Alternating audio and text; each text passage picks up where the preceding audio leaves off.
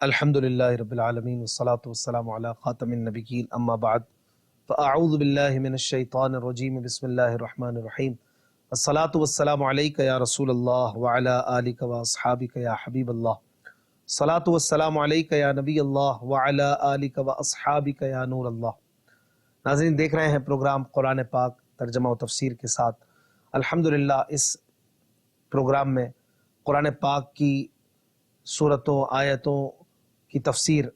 صراط الجنان کتاب سے بیان کی جاتی ہے، جو کہ دعوت اسلامی کے مکتبۃ المدینہ کی شائع کردہ پبلشڈ تفسیر قرآن ہے، جو مفتی قاسم صاحب دامت برکاتہم العالیہ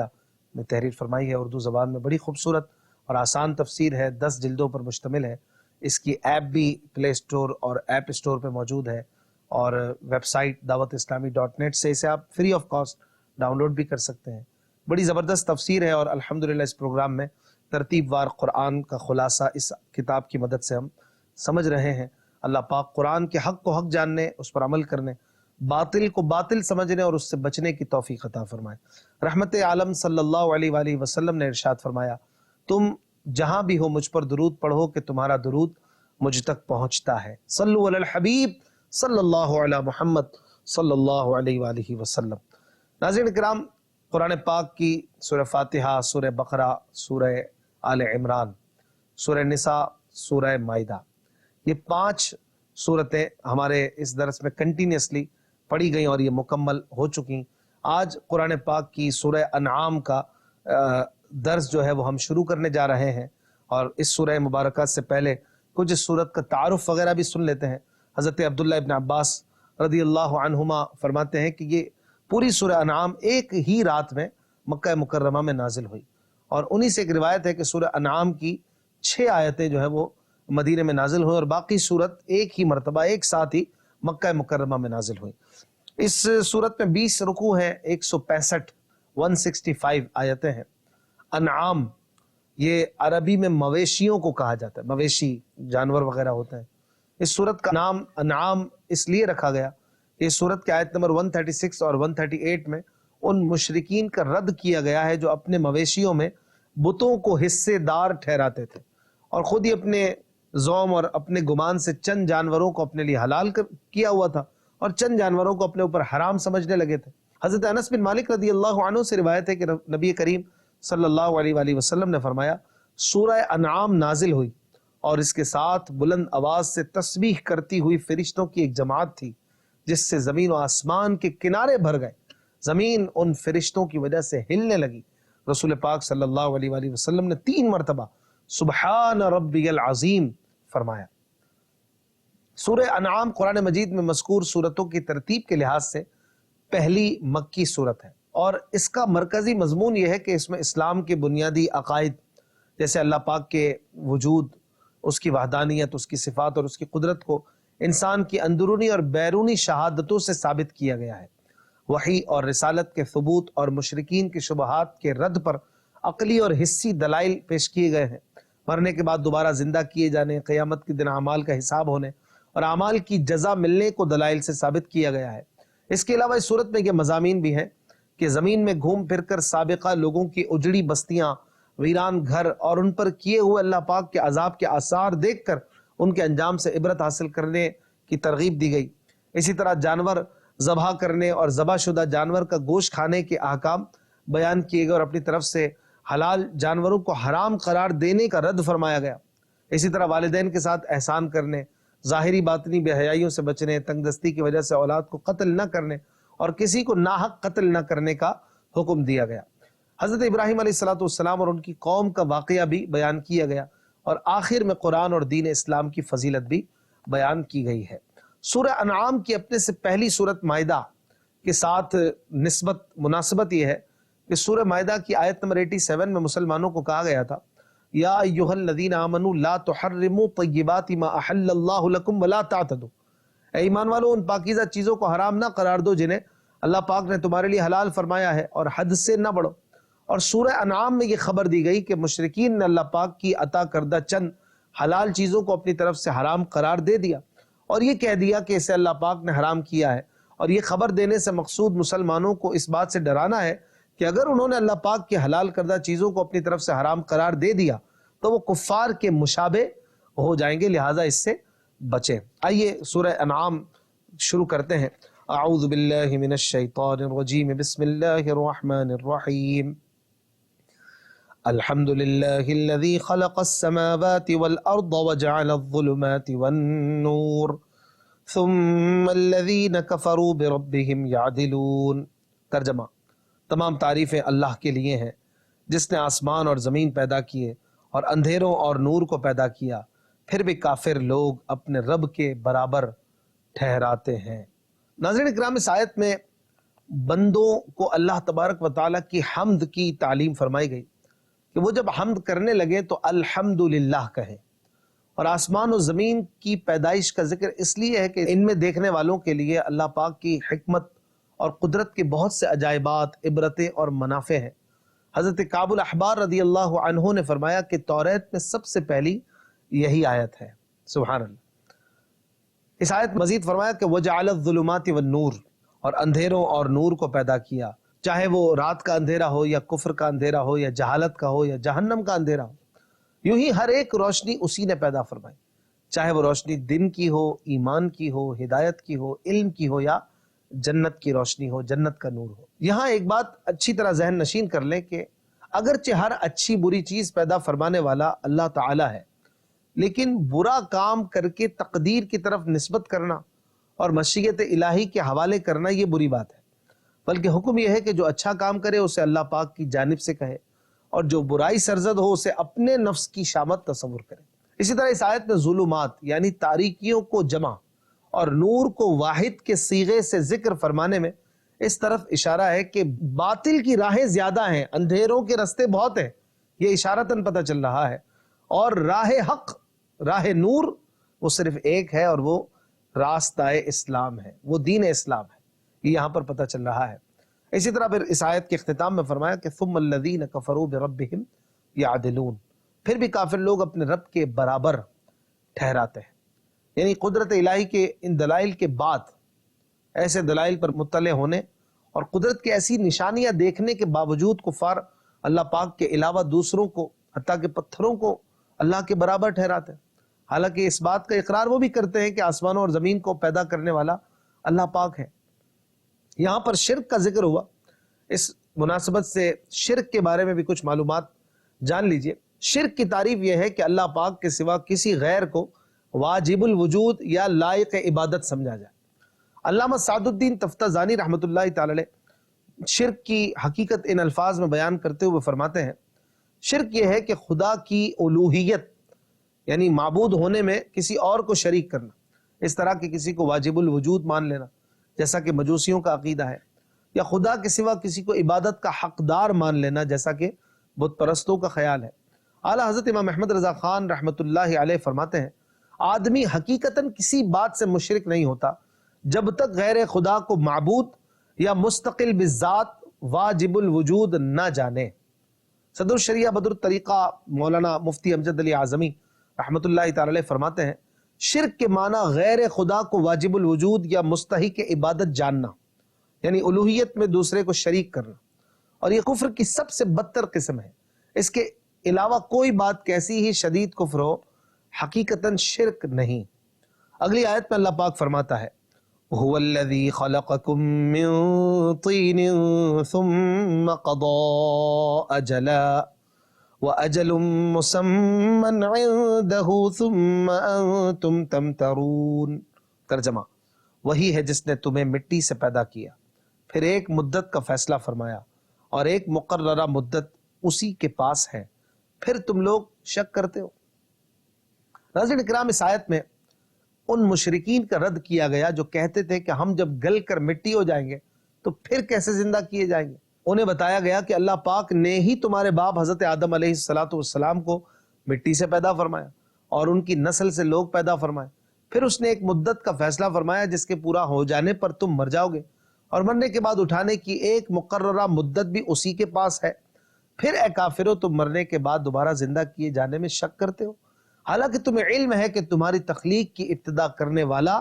اللہ پاک ہے، اور جو پہلی بار پیدا کرنے پر قادر ہے وہ دوبارہ زندہ کرنے پر بدرجہ اولا قادر ہے۔ اگلی آیت میں اللہ پاک ارشاد فرماتا ہے وَهُوَ اللَّهُ فِي السَّمَاوَاتِ وَفِي الْأَرْضِ يَعْلَمُ سِرَّكُمْ وَجَهْرَكُمْ وَيَعْلَمُ مَا تَكْسِبُونَ۔ ترجمہ، اور وہی اللہ آسمانوں میں اور زمین میں لائق عبادت ہے، وہ تمہاری ہر پوشیدہ اور ظاہر بات کو جانتا ہے اور وہ تمہارے سب کام جانتا ہے۔ ناظرین کرام، اس سے پہلی جو آیت تھی اس میں اللہ پاک کی قدرت کاملہ کا ذکر کیا گیا، اور اس آیت میں اللہ تبارک و تعالیٰ کے کامل علم کا ذکر کیا جا رہا ہے۔ یاد رہے کہ اس آیت کا یہ مطلب نہیں کہ اللہ پاک آسمانوں اور زمینوں میں رہتا ہے، بلکہ یہ مراد ہے کہ ہر جگہ اس کی عبادت ہو رہی ہے، اور ہر جگہ وہی معبود حقیقی ہے، اور ہر جگہ اسی کی سلطنت اور حکومت ہے، جیسا کہ ایک اور مقام پر اللہ پاک ارشاد فرماتا ہے وَهُوَ الَّذِي فِي السَّمَاءِ إِلَٰهٌ وَفِي الْأَرْضِ إِلَٰهٌ وَهُوَ الْحَكِيمُ الْعَلِيمُ، اور وہی آسمان والوں کا معبود ہے اور زمین والوں کا معبود ہے، اور وہی حکمت والا، علم والا ہے۔ امام غزالی رحمۃ اللہ علیہ فرماتے ہیں اللہ پاک تمام معلومات کا عالم ہے، زمین کی تہ سے لے کر آسمانوں کی بلندی تک جو کچھ جاری ہے سب کا احاطہ فرمانے والا ہے۔ وہ ایسا عالم ہے کہ اس کے علم سے زمین و آسمان کا کوئی ذرہ باہر نہیں جا سکتا، بلکہ وہ سخت اندھیری رات میں صاف چٹان پر چلنے والی سیاہ چینٹی کے چلنے کی آواز کو بھی جانتا ہے، وہ فضا میں ایک ذرے کی حرکت بھی جانتا ہے، وہ پوشیدہ امور سے واقف اور دلوں کے وسوسوں، خیالات اور پوشیدہ باتوں کا علم رکھتا ہے۔ اس کا علم قدیم ازلی ہے اور وہ ہمیشہ ہمیشہ اس علم کے ساتھ موصوف رہا ہے، اس کا علم جدید نہیں اور نہ ہی وہ اس کی ذات میں آنے کی وجہ سے حاصل ہوا ہے۔ اگلی آیت میں اللہ پاک ارشاد فرماتا ہے وَمَا تَأْتِيهِم مِّنْ آيَةٍ مِّنْ آيَاتِ رَبِّهِمْ إِلَّا كَانُوا عَنْهَا مُعْرِضِينَ۔ ترجمہ، اور ان کے پاس ان کے رب کی نشانیوں میں سے کوئی بھی نشانی نہیں آتی مگر یہ اس سے منہ پھیر لیتے ہیں۔ ناظرین اکرام، اس سے پہلی آیات میں مشرکین کے اس کفر کو بیان کیا گیا جو وہ اللہ پاک کے ساتھ کرتے تھے، اور اس آیت سے مشرکین کے اس کفر کو بیان کیا گیا ہے جو حضور پرنور صلی اللہ علیہ وآلہ وسلم کے ساتھ کرتے تھے۔ چنانچہ اس آیت کا خلاصہ یہ ہے کہ کفار مکہ کا کفر و سرکشی میں حال یہ ہے کہ ان کے پاس جب بھی قرآن مجید کی آیات آتی ہیں یا وہ نبی کریم صلی اللہ علیہ وآلہ وسلم کے معجزات دیکھتے ہیں تو وہ اس سے منہ پھیر لیتے ہیں۔ مزید آگے ارشاد فرماتا ہے فَقَدْ كَذَّبُوا بِالْحَقِّ لَمَّا جَاءَهُمْ فَسَوْفَ يَأْتِيهِمْ أَنْبَاءُ مَا كَانُوا بِهِ يَسْتَهْزِئُونَ۔ ترجمہ، تو بے شک انہوں نے حق کو جھٹلایا جب ان کے پاس آیا تو ان قریب ان کے پاس اس کی خبریں آنے والی ہیں جس کا یہ مذاق اڑاتے تھے۔ ناظرین اکرام، یہاں حق سے یا تو قرآن مجید کی آیات مراد ہیں یا تاجدار رسالت صلی اللہ علیہ وآلہ وسلم اور آپ کے معجزات، کہ جب بھی قرآن کی آیتیں یا نبی کریم صلی اللہ علیہ وآلہ وسلم کے معجزات کفار مکہ کے سامنے آتے یا حضور اقدس صلی اللہ علیہ وآلہ وسلم انہیں کچھ سمجھاتے تو وہ آپ صلی اللہ علیہ وآلہ وسلم کو جھٹلاتے۔ اس پر فرمایا کہ ان قریب ان کے پاس خبریں آنے والی ہیں اس چیز کی جس کا یہ مذاق اڑاتے تھے، اور انہیں معلوم ہو جائے گا کہ وہ کیسی عظیم الشان خبر ہے اور اس کی ہنسی بنانے کا انجام کیسا خوفناک ہے۔ اگلی آیت میں اللہ پاک ارشاد فرماتا ہے أَلَمْ يَرَوْا كَمْ أَهْلَكْنَا مِنْ قَبْلِهِمْ مِنْ قَرْنٍ مَكَّنَّاهُمْ فِي الْأَرْضِ مَا لَمْ نُمَكِّنْ لَكُمْ وَأَرْسَلْنَا السَّمَاءَ عَلَيْهِمْ مِدْرَارًا وَجَعَلْنَا الْأَنْهَارَ تَجْرِي مِنْ تَحْتِهِمْ فَأَهْلَكْنَاهُمْ بِذُنُوبِهِمْ وَأَنشَأْنَا مِنْ بَعْدِهِمْ قَرْنًا آخَرِينَ۔ ترجمہ، کیا انہوں نے نہیں دیکھا کہ ہم نے ان سے پہلے کتنی قوموں کو ہلاک کر دیا؟ انہیں ہم نے زمین میں وہ قوت و طاقت عطا فرمائی تھی جو تمہیں نہیں دی، اور ہم نے ان پر موسلا دھار بارش بھیجی اور ان کے نیچے نہریں بہا دیں، پھر ان کے گناہوں کی وجہ سے انہیں ہلاک کر دیا اور ان کے بعد دوسری قومیں پیدا کر دیں۔ ناظرین اکرام، اس سے پہلی آیات میں سرزنش اور وعید کے ذریعے کفار مکہ کو اللہ پاک کی نشانیوں سے منہ پھیرنے، حق کو جھٹلانے اور اللہ پاک کی نشانیوں کا مذاق اڑانے سے منع کیا گیا، اور اس آیت میں سابقہ قوموں کا عبرتناک انجام بیان کر کے انہیں نصیحت کی جا رہی ہے۔ چنانچہ فرمایا کہ کیا شام اور دیگر ملکوں کی طرف سفر کرنے کے دوران کفار مکہ نے نہیں دیکھا کہ ہم نے ان سے پہلے کتنی قوموں کو ہلاک کر دیا؟ اے اہل مکہ، ہم نے انہیں زمین میں وہ قوت و طاقت عطا فرمائی تھی جو تمہیں نہیں دی، اور جب انہیں ضرورت پیش آئی تو ہم نے ان پر موسلا دھار برسات بھیجی جس سے ان کی کھیتیاں شاداب ہو گئیں، ان کے درختوں رہائش گاہوں محلات کے قریب نہریں بہا دی جس سے باغ پرورش پائے، پھلوں کی کثرت ہوئی اور دنیا کی زندگانی کے لیے عیش و راحت کے اسباب پہنچے۔ لیکن جب انہوں نے انبیاء علیہ السلام کی تکذیب کی اور انبیاء کے احکامات کو جھٹلایا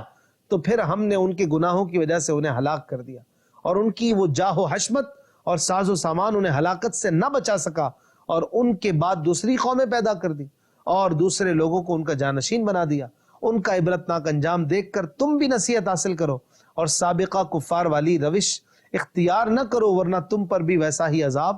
آ سکتا ہے۔ استغفر اللہ، استغفر اللہ۔ اس آیت میں گزری ہوئی امتوں کا جو حال اور انجام بیان کیا گیا کہ وہ لوگ قوت، دولت اور مال و عیال کی کثرت کے باوجود کفر و سرکشی اور انبیاء اکرام علیہ السلام کے احکام کی مخالفت کرنے کی وجہ سے ہلاک کر دیے گئے۔ اس میں ہر مسلمان کے لیے عبرت اور نصیحت ہے، اس لیے سب کو چاہیے کہ ان کے حال سے عبرت حاصل کر کے خواب غفلت سے بیدار ہوں اور کفر و سرکشی اور گناہوں کو چھوڑ کر ایمان، اطاعت، عبادت اور نیک کاموں میں مصروف ہو جائیں۔ اس آیت سے یہ بات بھی پتہ چلی کہ دنیاوی خوشحالی، مال و دولت اور سہولیات کی کثرت اللہ پاک کی رضا مندی کی کوئی نشانی نہیں، ورنہ قارون تو بہت بڑا مقبول بارگاہ الہی ہوتا۔ یہاں سے ان لوگوں کو درس حاصل کرنا چاہیے جو مسلمانوں کے مقابلے میں کفار کی دنیاوی ترقی، سائنسی مہارت، سہولیات کی کثرت، ایجادات کی بہتات، مال و دولت کی فراوانی کو دیکھ کر انہیں بارگاہ الہی میں مقبول اور مسلمانوں کو مردود سمجھتے ہیں، اور اخلاق و کردار میں مسلمانوں کو کفار کی تقلید کا مشورہ دیتے ہیں۔ کفار کی یہ دنیاوی کامیابی کوئی مقبولیت نہیں بلکہ مہلت کی دلیل ہے، کیونکہ اللہ پاک کا قانون یہ ہے کہ وہ کافروں کی جلد پکڑ نہیں فرماتا بلکہ انہیں مہلت دیتا اور آسائشیں عطا فرماتا ہے، پھر انہیں اپنے عذاب میں مبتلا کرتا ہے۔ نیز نام نہاد دانشور مسلمانوں کو یورپ کی اندھی تقلید کا نہ ہی فرمائیں تو بہتر ہے، اور وہ اپنی قارونی سوچ اپنے پاس ہی رکھیں تو اچھا ہوگا۔ اگلی آیت میں اللہ تبارک و تعالی ارشاد فرماتا ہے وَلَوْ نَزَّلْنَا عَلَيْكَ كِتَابًا فِي قِرْطَاسٍ فَلَمَسُوهُ بِأَيْدِيهِمْ لَقَالَ الَّذِينَ كَفَرُوا إِنْ هَذَا إِلَّا سِحْرٌ مُبِينٌ۔ ترجمہ: اور اگر ہم کاغذ میں کچھ لکھا ہوا آپ پر اتار دیتے پھر یہ اسے چھو لیتے تب بھی کافر کہہ دیتے کہ یہ تو کھلا جادو ہے۔ ناظرین اکرام، یہ آیت نضر بن حارث، عبداللہ بن امیہ اور نوفل بن خویلد کے بارے میں نازل ہوئی، جنہوں نے کہا تھا کہ اے محمد صلی اللہ علیہ وآلہ وسلم، ہم تم پر ہرگز ایمان نہ لائیں گے جب تک تم ہمارے پاس اللہ پاک کی طرف سے کتاب نہ لاؤ جس کے ساتھ 4 فرشتے ہوں، وہ گواہی دیں کہ یہ اللہ پاک کی کتاب ہے اور تم اس کے رسول ہو۔ اس پر یہ آیت مبارکہ نازل ہوئی اور بتایا گیا کہ یہ سب ہیلے بہانے ہیں، کیونکہ اگر کاغذ پر لکھی ہوئی کتاب بھی اتار دی جاتی اور وہ اسے اپنے ہاتھوں سے چھو کر اور ٹٹول کر دیکھ لیتے تو بھی یہی کہتے کہ ان کی نظر بندی کر دی گئی تھی، اور کتاب اترتی نظر تو آئی تھی لیکن حقیقت میں کچھ بھی نہیں تھا۔ جیسے انہوں نے معجزہ شق القمر یعنی چاند کے 2 ٹکڑے ہونے کے معجزے کو جادو بتایا اور اس معجزے کو دیکھ کر بھی ایمان نہ لائے، اسی طرح اس پر بھی ایمان نہ لاتے، کیونکہ جو لوگ عنادن دشمنی کے طور پر انکار کرتے ہیں وہ آیات اور معجزات سے نفع نہیں اٹھا سکتے۔ اگلی آیت میں اللہ پاک ارشاد فرماتا ہے وَقَالُوا لَوْلَا أُنزِلَ عَلَيْهِ مَلَكٌ وَلَوْ أَنزَلْنَا مَلَكًا لَقُضِيَ الْأَمْرُ ثُمَّ لَا يُنظَرُونَ۔ ترجمہ: اور کافروں نے کہا ان پر آسمان سے کوئی فرشتہ کیوں نہ اتار دیا گیا، حالانکہ اگر ہم کوئی فرشتہ اتارتے تو فیصلہ کر دیا جاتا، پھر انہیں مہلت نہ دی جاتی۔ ناظرین اکرام، مشرکین نے مزید یہ بھی کہا کہ نبی کریم صلی اللہ علیہ وآلہ وسلم پر آسمان سے کوئی فرشتہ کیوں نہ اتار دیا گیا جسے وہ دیکھتے۔ اس پر فرمایا گیا کہ اللہ پاک فرشتہ اتار دیتا، کافر پھر بھی ایمان نہ لاتے، اور ایسا ہوتا تو اللہ پاک کا عذاب ان پر لازم ہو جاتا، کیونکہ یہ سنت الہیہ ہے کہ جب کفار اجتماعی طور پر کوئی نشانی طلب کریں اور اس نشانی کے ظاہر ہو جانے کے بعد بھی ایمان نہ لائیں تو عذاب واجب ہو جاتا ہے اور وہ ہلاک کر دیے جاتے ہیں۔ چنانچہ اگر کافروں کا مطالبہ پورا کر دیا جاتا اور یہ پھر بھی ایمان نہ لاتے تو انہیں ایک لمحے کی بھی مہلت نہ ملتی اور ان سے عذاب پھر نہ ٹالا جاتا۔ یاد رہے کہ کافروں نے ایسے فرشتے کے اترنے کا مطالبہ کیا تھا